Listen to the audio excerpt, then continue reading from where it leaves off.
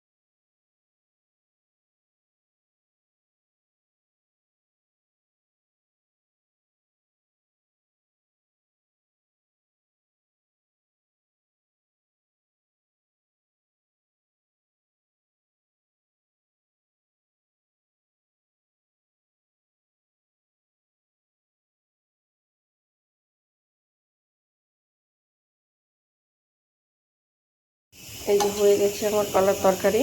কলার তরকারিতে সবসময় একটা গুঁড়ো মশলা ব্যবহার করবেন, সেটা হচ্ছে 12 মশলা, মানে 5 ফোড়ন আর জিরা সমান সমান মিক্স করে ভেজে আর গুঁড়ো করে দেবেন, তাহলে দেখবেন এর স্বাদ অনেক গুণ বেড়ে যাবে।